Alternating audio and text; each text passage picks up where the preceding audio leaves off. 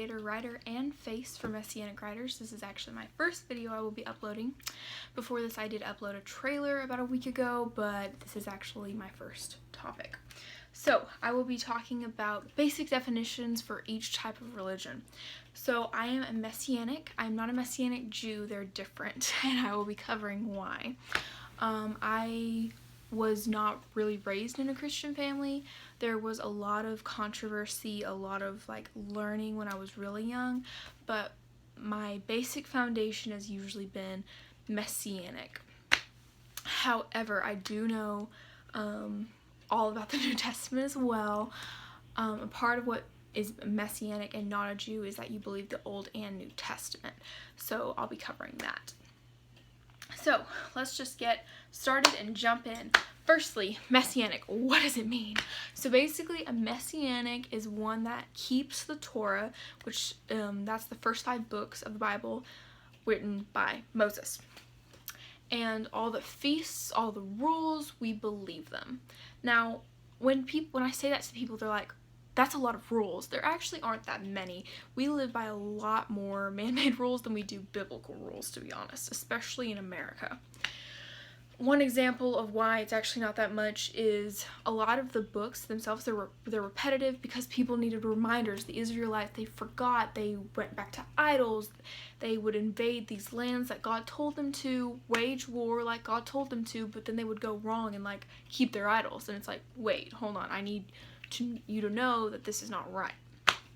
And so it's not 5 books of rules, so don't worry about that. Also, the tribe of Levi, who was responsible for the temple, there are lots of specific rules for them when they go into the holy place or the Holy of Holies, which I'll also be talking about later.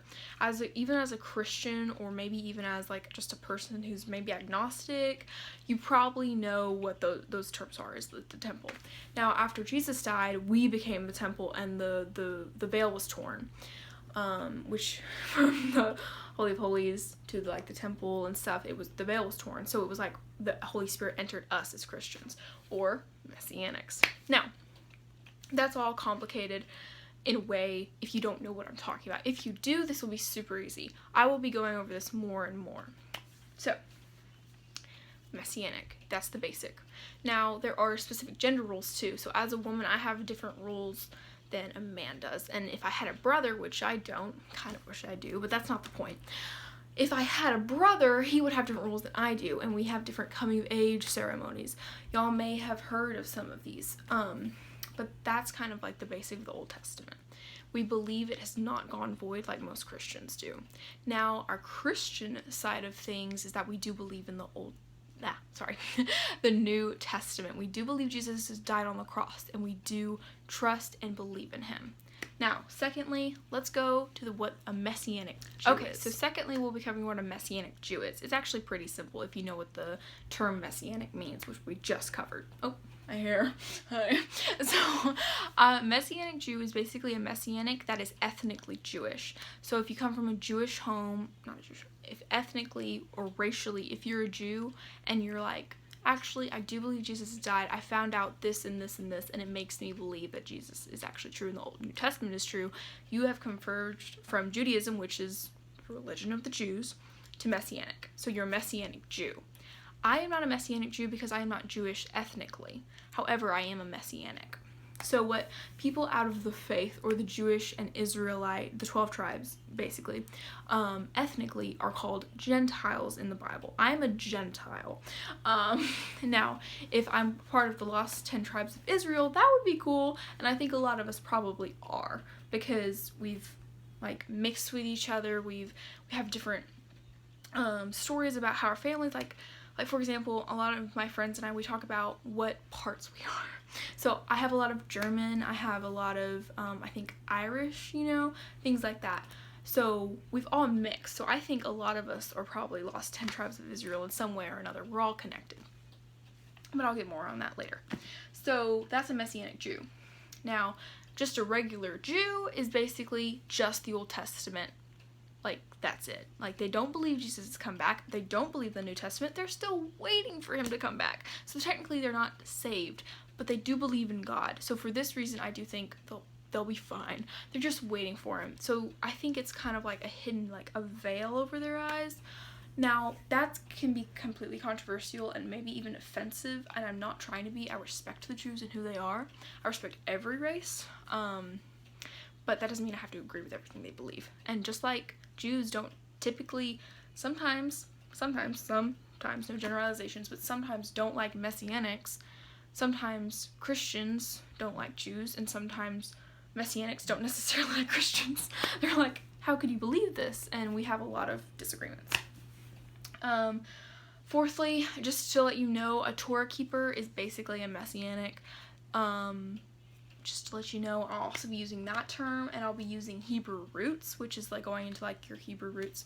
And basically a Hebrew is when you're into the faith. So Abraham was the first Hebrew. The tribes of Israel came from his son. So the Israelites weren't a thing yet. So God hadn't chosen the people. So he was what is considered Hebrew. I'll be throwing Hebrew roots, Torah keepers, and Messianic around a lot. So just to let you know. Now, let's go on to Christian. Okay, and finally, Christian. Christian is probably the most relative one out of all of these. People are pretty familiar with what a Christian is. It's basically, they don't tend to believe in the Torah. They think they have been released from it in many cases. So, a lot of the times, Messianics, Jews, and Christians disagree on what Paul says. Paul, according to Peter even, was hard to understand. And so we have very different interpretations on what he's actually trying to say. And based on this, we have very different religions, along with what Jesus said when he said, I have come to fulfill the law. And a lot of people are like, fulfill, does that mean it's over now? Because he's fulfilled it. He's like, put the cherry on top of the cake. And Jews are like, actually, no, he's abiding by it. Because he went to the feast, you can see here, and it's like, that was before he was on the cross. So he was living the life, but then he did it, and he nailed the Torah to the cross. And we're like, wait, no. And we have these very bad disagreements sometimes. And this channel is going to be about actually proving what I believe, or at least trying to.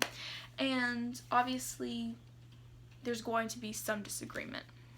One more definition I want to cover before we leave today is the difference between an Israelite and a Jew, because they are different. I mentioned the lost 10 tribes of Israel. They are lost right now, and basically it's a big version of the prodigal son. The Jewish people are the older brother who stayed with the father, and they're like working hard, they're doing their thing. The lost 10 tribes are the boy coming back, and the father, metaphorically God, celebrates that, and the Jews are like, we've been here the entire time. So if you know that story, you kind of know what I mean.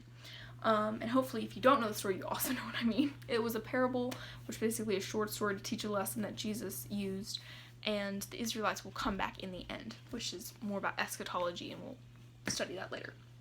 But Israel was split by King Rehoboam, who was Solomon's oldest son, and Solomon is the son of David, who we all know. And whether you're Christian or not, you've probably heard King David or a man after God's own heart or something. And it was split into northern Israel and southern Israel. The tribe of Judah and Benjamin. That's very important. It's also Benjamin. We call it the Jews because Benjamin was much smaller, and they kind of like followed Judah. So they're the Jewish people. The lost 10 tribes of Israel, we don't know where they are now, but they were into the other kingdom. So those are all the definitions. I hope you enjoyed this video and you're very excited about coming back. I will be posting a new video next week about some other basic stuff, and we'll get into common misconceptions, cynicism according to Messianic, and how all the stereotypes are wrong basically, and they're very cliche, and we'll be talking all about that. I hope you enjoyed this video, and I will see you soon. Thank you. Thank you for watching that video. It means a lot to me. Don't forget to subscribe and click on the notifications. See you soon.